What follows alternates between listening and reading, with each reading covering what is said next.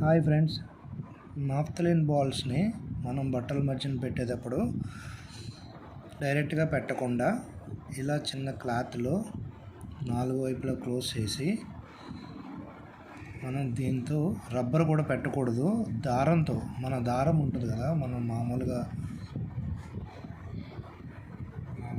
White దారం ఏదైనా తీసుకుని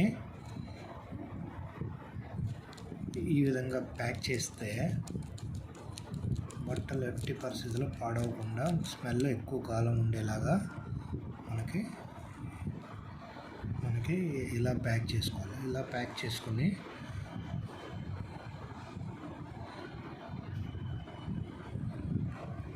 ఇది బట్టల మధ్యన పెడితే ఎక్కువ కాలం స్మెల్ వస్తాయి, బట్టలు పాడవకుండా ఉంటాయి. ఇది ఎక్కువగా అంత బేగా కరిగిపోదు. ఇలా చేయడం వల్ల కూడా బట్టలకి అది అంటుకోకుండా ఉంటుంది, ఎక్కువ కాలం సేఫ్గా ఉంటుంది.